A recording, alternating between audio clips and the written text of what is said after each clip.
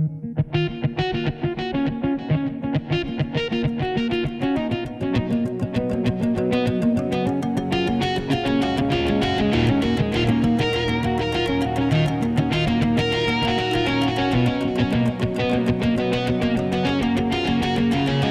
disclosure, I'm Robin Farzad. The unrest in Cuba, some of the most violent scenes in more than 40 years, also has the street in Miami stirring. What are the stakes for a regime that's been in power since 1959? What can Washington do? What should Washington do? Stay with us. This episode is made possible by the support of Salomon & Ludwin, a boutique wealth management firm dedicated to helping families make smart financial decisions. You worked hard and sacrificed to create and build wealth. They treat advice given to you with the respect your journey deserves. For over 30 years, Salomon & Ludwin has earned a reputation of trust and confidence, recognized by Barron's as a Hall of Fame advisor. More at salomonludwin.com. Full Disclosure podcast to NPR One, Spotify, and Apple at linkfulldradio.com.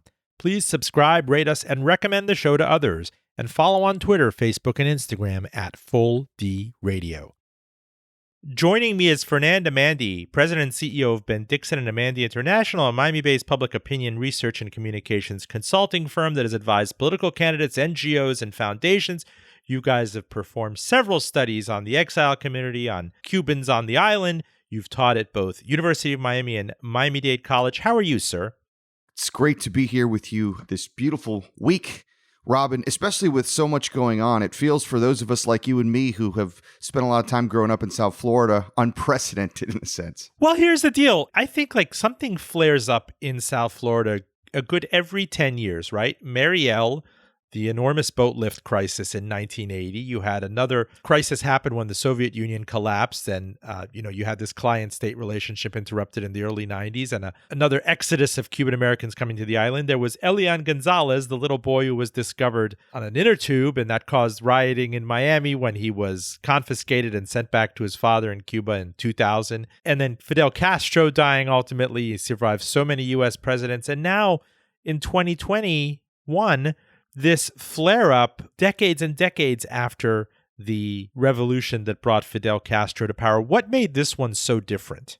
Well, first, let me just try and capture what I think makes this moment so different, Robin. And I don't mean to be cavalier about this in any way, shape, or form, but the sports equivalent to this, you all remember a time when the Chicago Cubs, the lovable losers, they had not won a World Series. I think it was like in almost 100 years. Right.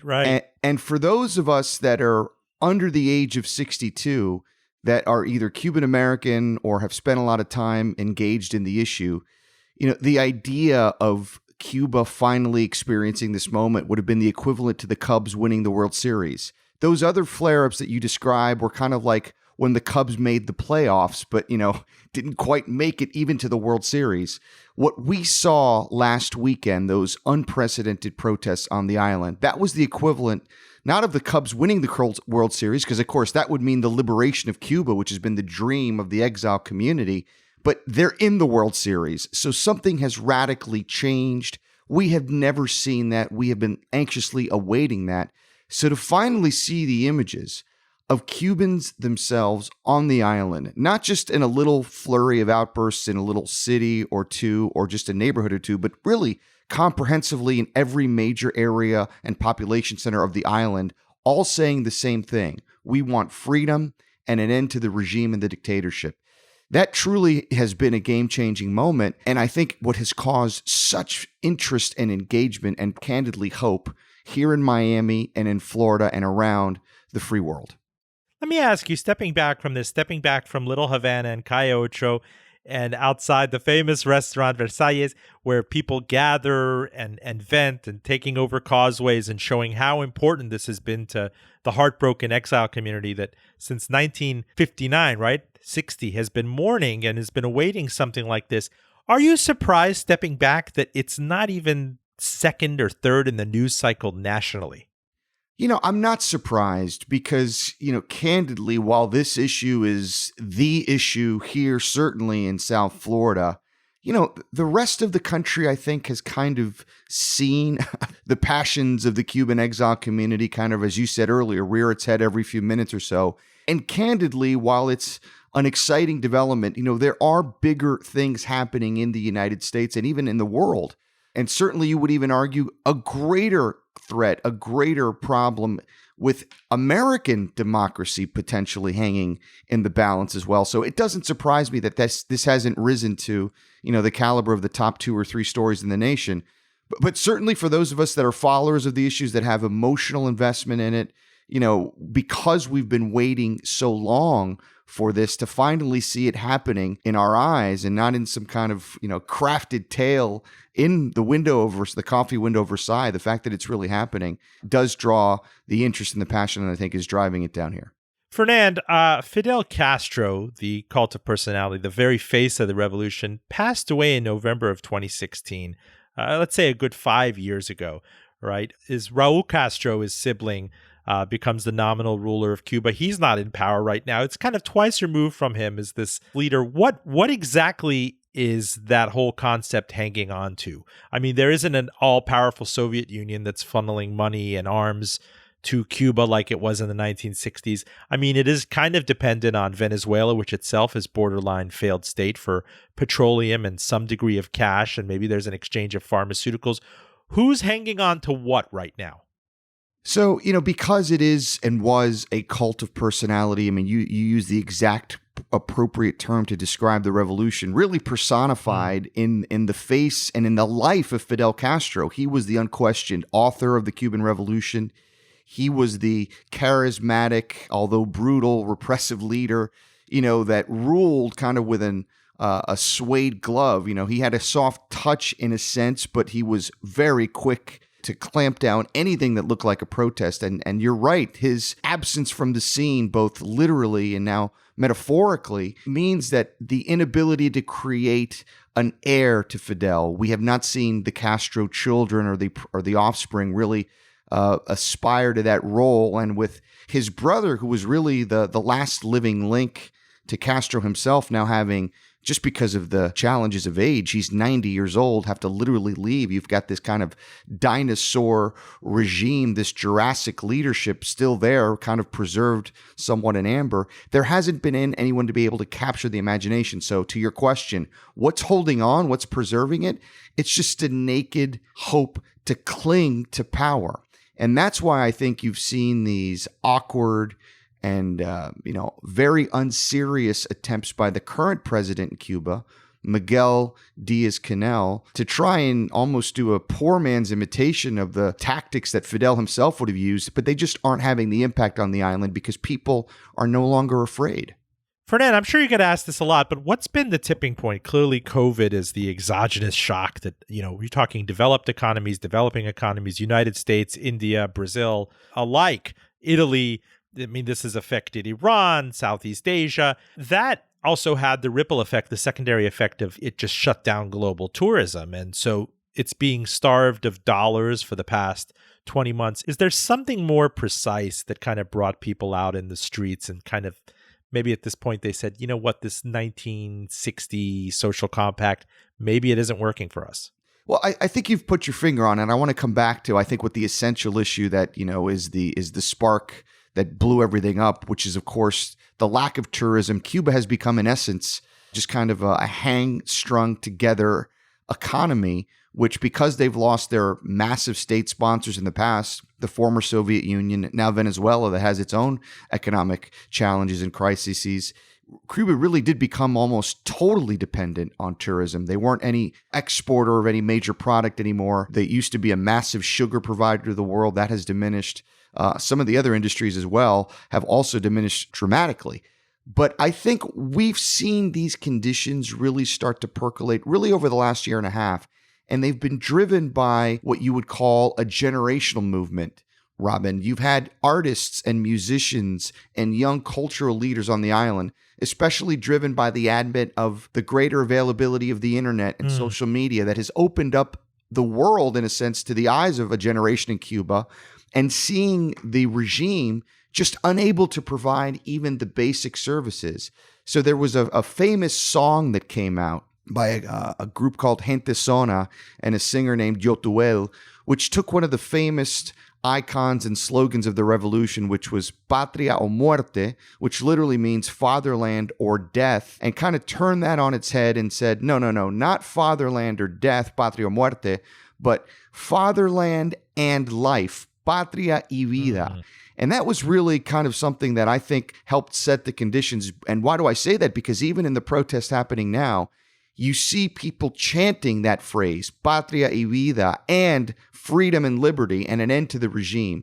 Those are the themes. So I think the combination of the availability and greater access to the internet and online and social media, which has opened up the world in the eyes of the young Cuban generation, the horrible lack of basic services, which the pandemic and its crushing of the tourism industry, which has helped the Cuban economy contract by 11%, it just got to the point where people said, we literally now have nothing to lose. We don't have food. We don't have opportunity. Our lives are in jeopardy because of the pandemic and the inability of the regime to provide adequate health care.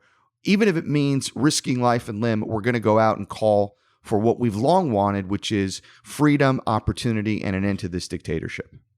Full disclosure, I'm Robin Farzad. Joining me from Miami to talk about Cuba, the two are inextricably linked, is Fernanda Mandy, President and CEO at Ben Dixon and Amandi International. It's a opinion research and communications consulting firm that has advised political candidates, NGOs, and foundations. I do see this headline, and Gloria Estefan, very famous exile, says the United States should get involved in Cuba. Quote, my heart hurts for the Cuban people on the island and what they've already gone through for over 62 years. But now they are saying enough, she writes in caps. Despite the beatings, the murders and incarcerations, the abuses of power, the starvation, and the attempted destruction of their spirits, they need our support and that of the democratic and free countries of the world, she wrote on Instagram in both English and in Espanol. You know, this has been echoed by the likes of Pitbull, Cuban-American kind of singer-spokesman-in-chief. There's Camila Cabello and the retired American actress Eva Mendes. You know, and I think about this in parallel when you see protests in Iran in 2009 or in 1999.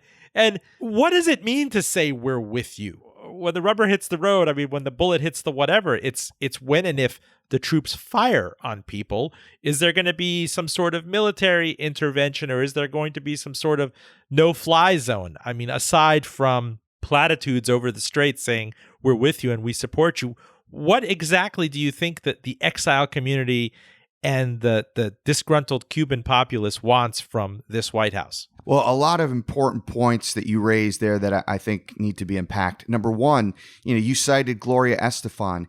And as I talked about earlier, what's fascinating is you see this really being discussed and engaged with on cultural terms. It's a lot of artists and writers and filmmakers and musicians in Cuba that are making this case. And here in exile, you see a lot of the iconic leaders of the Cuban exile community that are artists and musicians and writers and cultural leaders themselves, whether it be Camila Cabello, Pitbull, Gloria Estefan, as you talk about, and even others echoing the call. The challenge for those on the island is that Cuba is just that. It's an island. It's literally disconnected from a lot of other sources of information. And the Cuban regime has exploited its island status almost as an island prison. So information kind of seeps in. What I think we have to be very clear on is there is not going to be a military intervention, at least on behalf of the United States, and I doubt really from any other country, in terms of intervening on behalf of the protesters. That just does not seem to be on the cards or in the table at all. And I think those that do raise the specter of that are committing a great disservice and inappropriately raising expectations to the courage and the bravery shown by those on the island. What I think the people on the island are paying very close attention to is whether or not the international community, not just the exile community, but if the international community is with them. Are they siding with them? Are they showing alignment and solidarity? And I think the answer to that question overwhelmingly has been yes.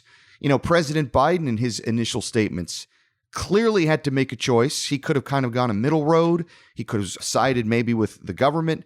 In this case, he absolutely aligned himself with the protesters. And I think you see most of the community of nations following suit. So what I think the people on the island recognize, especially that young generation, are the ones that are risking the most, are saying, look, this is our fight. We know it. We've got to have it. But we'd love to have the support and the awareness that can be brought on by our friends and allies outside of the island. And I think that's what you see happening thus far. Fernand, what I just don't understand is, what do you do with that support? Yes, it's understood that every president since JFK, right, in the attempted Bay of Pigs coup, maybe Jimmy Carter half-heartedly, maybe they thought that Obama was half-hearted with sanctions relief on the island, was in favor of democracy and, yes, curtail the totalitarian impulse, Mr. Castro. What does that do? What can you do with that? One, you can't buy bread with that. Two, it's not going to protect you from bullets. I see that upward of 5,000 to 10,000 people have been arrested. You've have summary beatings on the street. You yourself excerpted this one 15-year-old boy getting beaten up by cops. You posted that on Twitter. This is what I don't understand. Maybe I'm taking you into a deeper theoretical conversation. What do you do with that moral suasion? It's not going to protect you from bullets, and it's not going to improve your economy. I mean, right on the money. But I'll tell you the one thing that is different and why really this is such a unique and fluid, organic situation, Robin. And it's the fact that, again, these protests have never happened before on the island. So we are in uncharted waters here. And I think the rationale for continuing to draw awareness and create global pressure is to cast this spotlight. The regime now has a choice, and that choice is, in the face of these unprecedented protests, they're either going to continue a population-wide crackdown. And what are the costs of those images? What are the costs of those actions if they begin to circulate in world consciousness? Because one of the things that the regime has exploited over the decades since the revolution was successful in 1959 was the cleavage, the divide between those that kind of took a romantic view towards the Cuban Revolution. Those that said, it's not that bad. Cuba has done some good things. And now, in light of the population rising up for the first time in 62 years, saying, no, it is that bad. And we do want freedom. We want an end to this dictatorship. And if the regime is willing to allow themselves to not only be captured in all of the viral footage that we've seen, but to continue that repressive tactics, I think the perceptions can change. I'll say something maybe in politics here. I think what you're hinting at is probably right. In a fight between those that have the guns and the bullets and the weapons versus those that don't, if those that have the bullets and the guns and the weapons are willing to use them on those that don't, it's tough for those that don't to win. And it may require some sort of an external engagement. But right now, that's not on the table. And that's why I think the people in Cuba are saying, look, just stand with us, get this message out, show that we're willing to take the first step and take this fight on our own. But we need international support, eyes, and pressure to continue documenting this and getting this message out to the world. Fernand, last week, Cuba's President Miguel Diaz-Canel blamed the U.S. embargo for what he said, I'm quoting, politics of economic asphyxiation, which he said was having a cumulative effect on the country. In a response by Secretary of State Anthony Blinken, he denied that the protests there have anything to do with the United States. I think it would be a grievous mistake for the Cuban regime to interpret what is happening in dozens of towns and cities across the island as a result or product of anything the United States has done.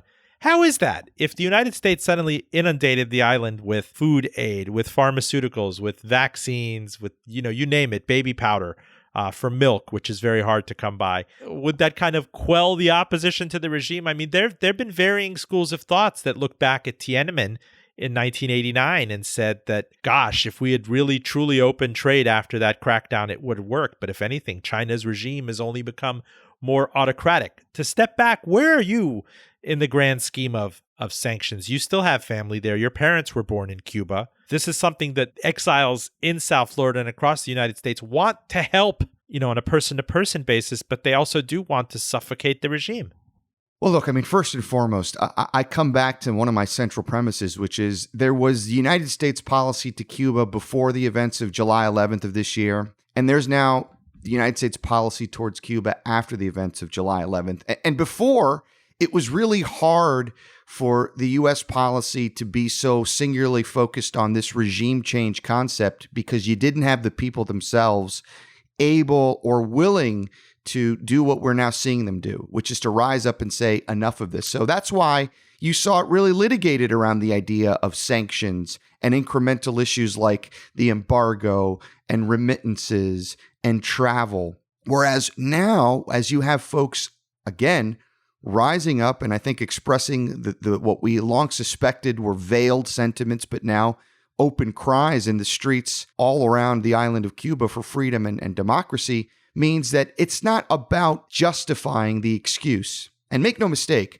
Diaz-Canel is using the embargo as an excuse to simply proffer up for why the regime has failed its people. There's something also ironic, Robin, about, Cuba being this, quote, socialist paradise, unquote, communist country that now says they must have the infusion of the capitalist United States in order to survive economically. A couple of other misnomers in the embargo argument that Diaz-Canel uses. The embargo does not apply to food and medical supplies that the United States provides and still provides to the island. Cuba also trades with 70 countries around the world.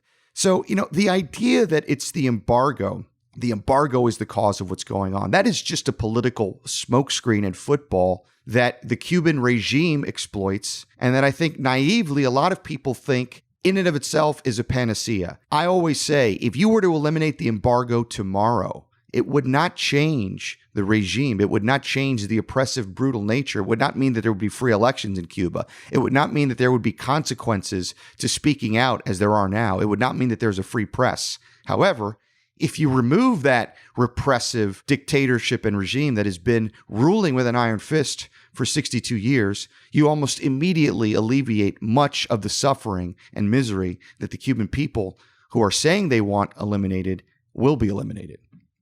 Fernando, Mandy, I got to ask you about the political exigencies of this in the United States, specifically Democrat versus Republican. You saw the Democrats not win Florida in election 2020. In fact, South Florida seemed to have tilted back toward Trump. A very pungent message that it accepted was that this Biden administration was going to bring in the kinds of socialism that destroyed your Cuba and destroyed Venezuela.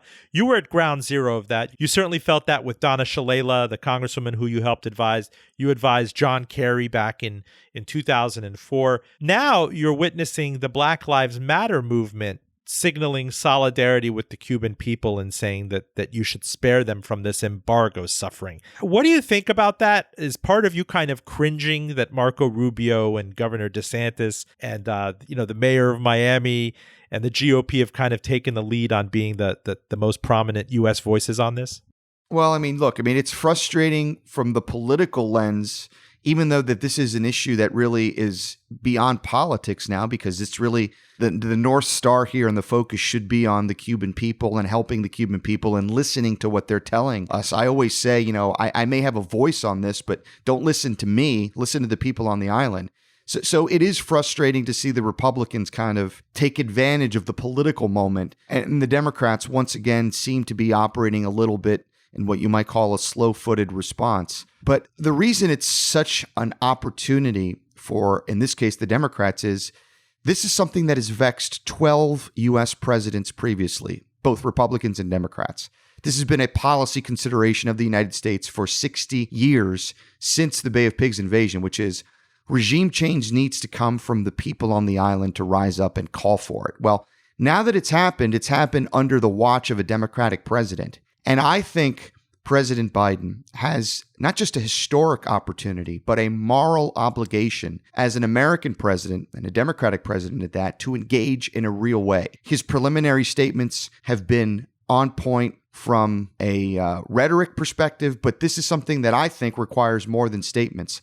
And it also requires the opportunity to dismantle these ridiculous charges that the Democrats are socialists, that Biden is a socialist. What better way to put that to forever and permanent rest than to have a Democratic president and an administration that's Democratic preside over the liberation of Cuba? If they can do that, not only do I think they will gain from a policy perspective and align themselves with what the United States policy of freedom and democracy has been for the last 246 years, but also reap the political rewards that will come in Florida, and not just from Cuban American voters, but from Venezuelan voters and Nicaraguan voters, Colombian voters, all of those that want and see the creep of autocracy and totalitarianism go into their own countries of origin. That's the golden opportunity the Democrats now have.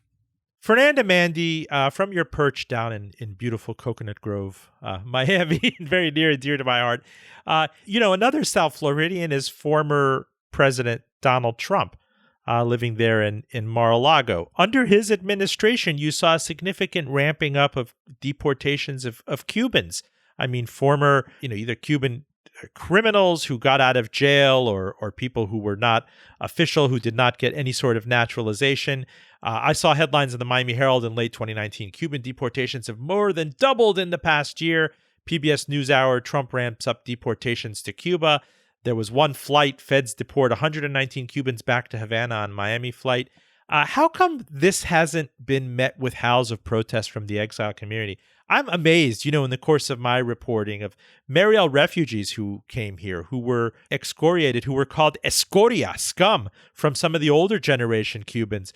They overwhelmingly in my reporting seem to support Donald Trump. They are okay with the deportations of people who were not naturalized here. How has something like this not been a kind of a third rail issue in South Florida for the GOP? Well, I mean, this is again why I say don't listen to the exile community as much as you should be listening to those Cubans on the island that are now risking it all. And the reason I say that is because the unseemly side of what you point out is the stark raving hypocrisy of many in the Cuban American community on this very subject. And I'm sad to say, I mean, that applies to many people that I consider friends, even family.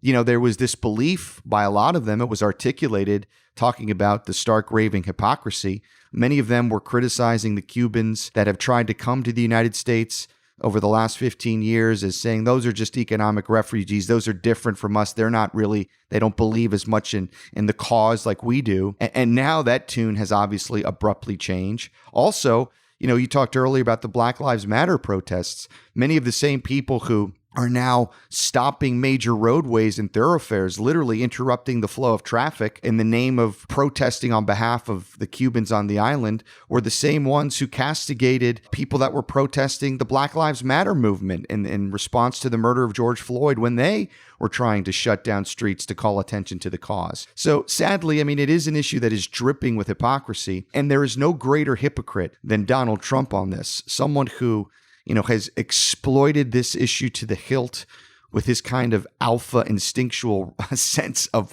what to say to win support, even if it has nothing to do with a consistency or ideological morality. Sadly, many in the Cuban American community and electorate have succumbed to the siren song of Trumpism and the Republican Party's saber rattling on this and deliberately exercise hypocritical views when challenged on that. Fernanda Mandy, in closing, you get 2 minutes with President Biden. Suppose he's in South Florida having one of those massive ice cream cones, and he's like, hey, buddy, I see you all the time on MSNBC. What are you thinking about Cuba? What would you advise him in your kind of a 2-minute ice cream elevator pitch? Well, if he's already in South Florida, I only need 1 minute, because if it's 2 minutes and he's in Washington, minute one is to try and convince him to come to South Florida, which is the heart of the Cuban community outside of Cuba itself. Not so much to speak to the Cuban community here, but to address those on the island directly, and also make the case to those in the hemisphere, our brothers and sisters in Haiti, in Nicaragua, in Venezuela, in Colombia, and Peru, who are facing the threat of autocracy, the threat of potential communist takeover of their home countries, and speak in solidarity in word and in deed. The performative stuff, if you will, matters a lot. He's also not just the president of the United States. Joe Biden is the leader of the free world. So he has the ability to rally the community of nations to the cause of Cuba and express that same solidarity and call openly for an end to the regime, for the regime to step down, and for allowing the Cuban community to self-determine themselves. I think if he does those things alone, it will be a monumental leap forward. And again, he will reap policy benefits and political ones as well. You were listening to Fernanda Mandy, president and CEO of Ben Dixon and Amandy International. It's a Miami-based public opinion research and communications consulting firm that has advised political candidates, NGOs, foundations. Fernand, you've commissioned every study that has been cited on Cuba and Miami and the intersection therein. Thank you so much for joining us. And as you know, you're always welcome to come back on.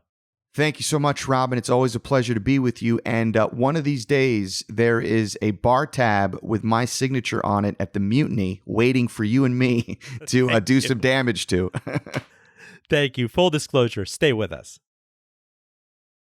Full Disclosure podcast to NPR One, Spotify, and Apple Podcasts at link fulldradio.com. Please subscribe and recommend the show to others. Additionally, we are all over the socials on Twitter and Facebook and Instagram at Full D Radio.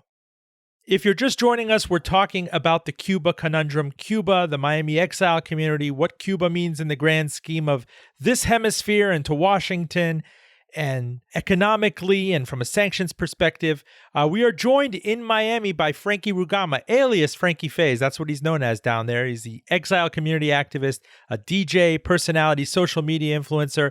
Frankie's parents came to this country on the Mariel boat lift in 1980 when 125,000 Cuban refugees arrived in the United States within 6 months. How are you, sir? Oh, I'm doing great. Thank you for the introduction there. I like it very much.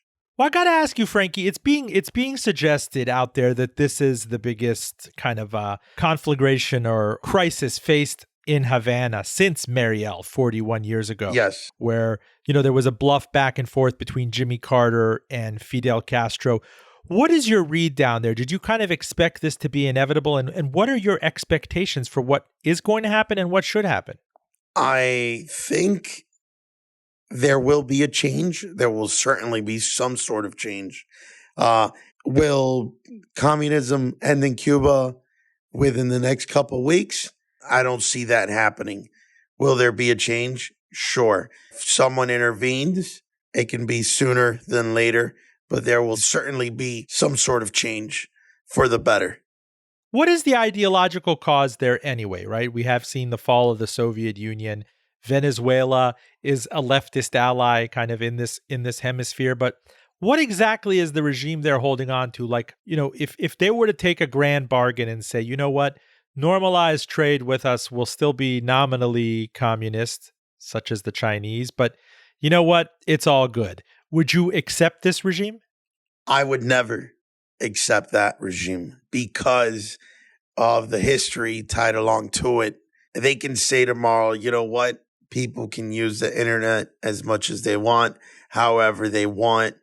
People can travel wherever they want, but we're still going to hold on to this communist regime here. I would not be in agreement with that at all because of the hundreds of thousands of Cubans that have died in the process. And I don't think that's something that can be ignored, not by me or by anyone. I don't think anyone should take that lightly. As we speak, there are people dying. I mean, it's been documented. The government over there has been actually killing people for being in disagreement with their traditions over there. Let me ask you, how much family do you still have there? I have one sister of my grandfather's. She lost touch with us a number of years ago. There was a sort of like a family fallout there, but she was accommodated very fairly because prior to my grandfather getting involved, her living conditions weren't so great. And anyone in Cuba who doesn't have any sort of backing from an outside party is going to live in full poverty. I'm talking about lack of food, lack of air conditioning, lack of electricity, lack of normal things.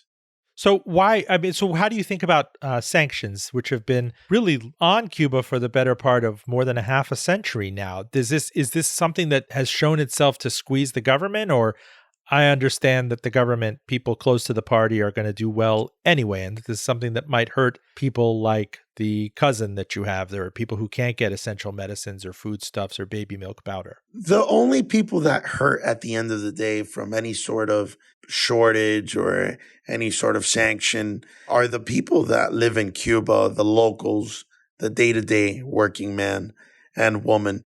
Government officials will never need for nothing in Cuba. You're talking about people who have generational wealth. These people are billionaires. Of course, we all know how they got it, by oppressing a whole nation.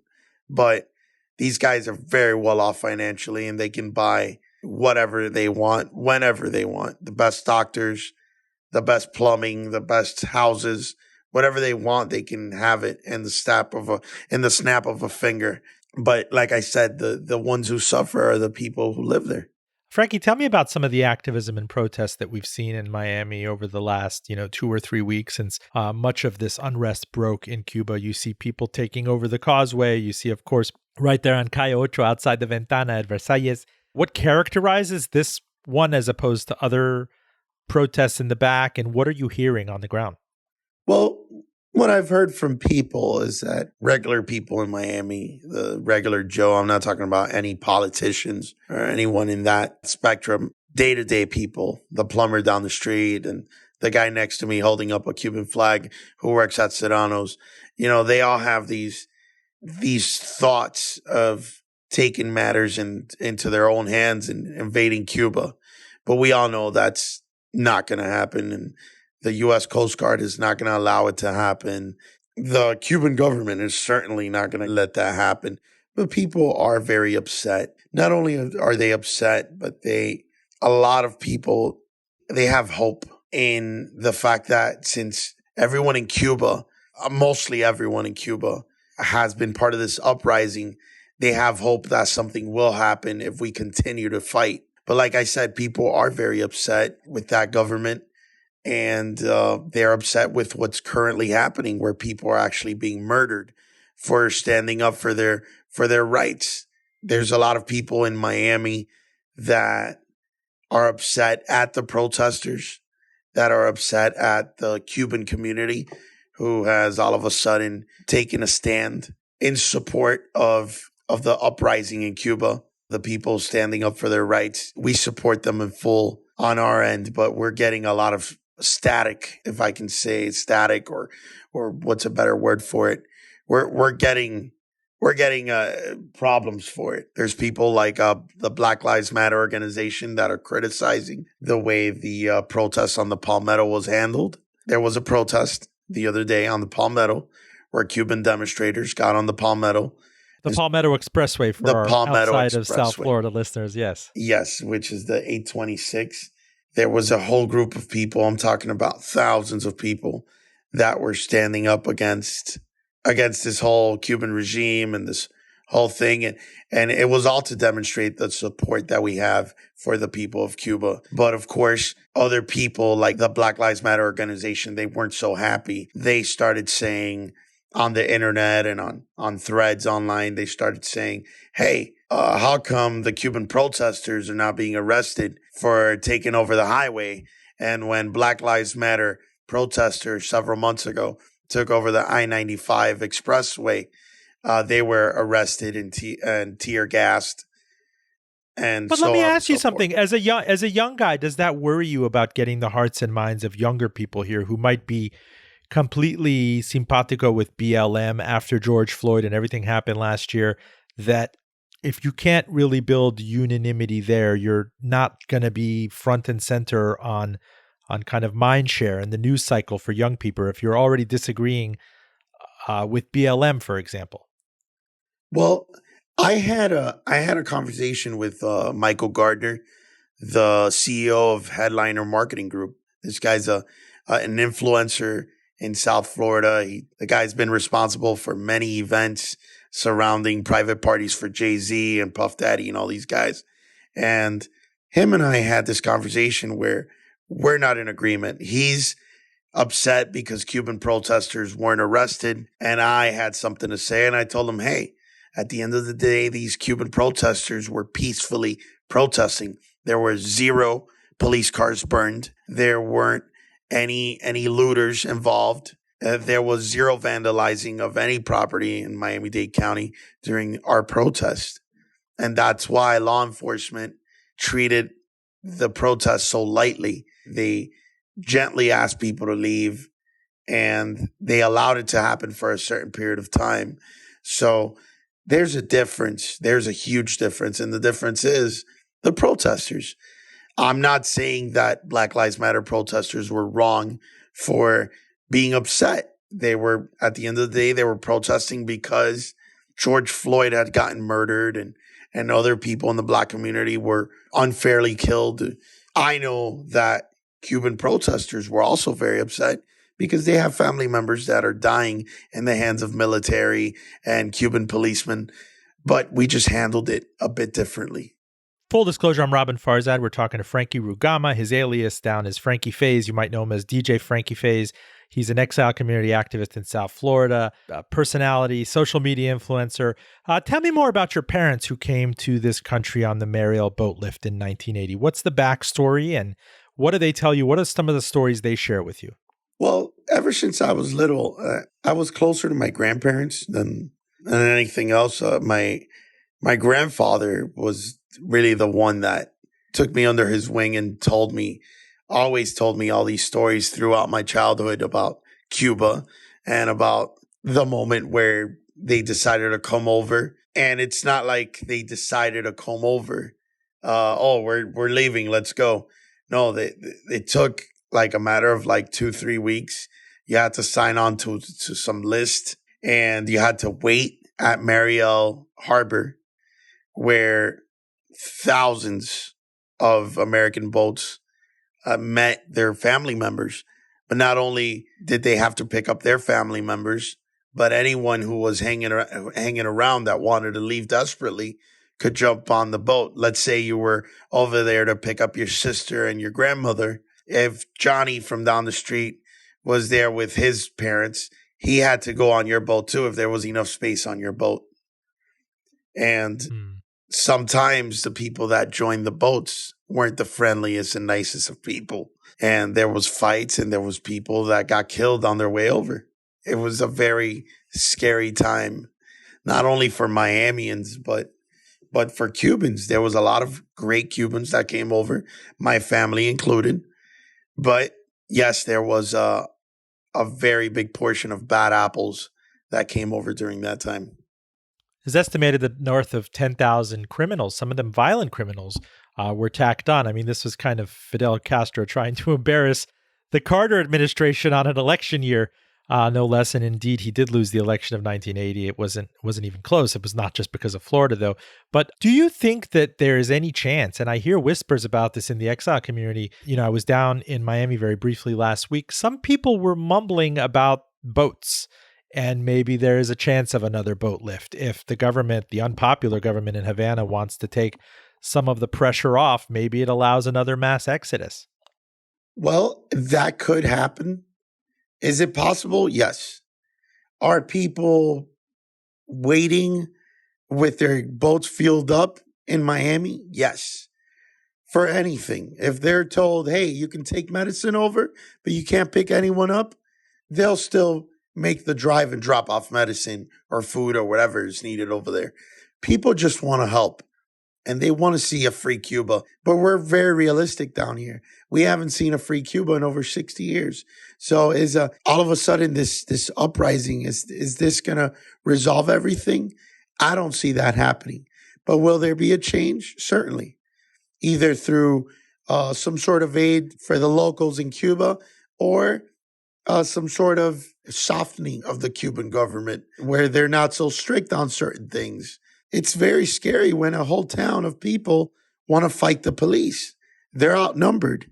And as you see all over the internet, people are scared all over the island. But they put their fear to the side and they said, hey, we need some sort of change. We want freedom. I don't think they're going to have it, but there will certainly be some sort of change.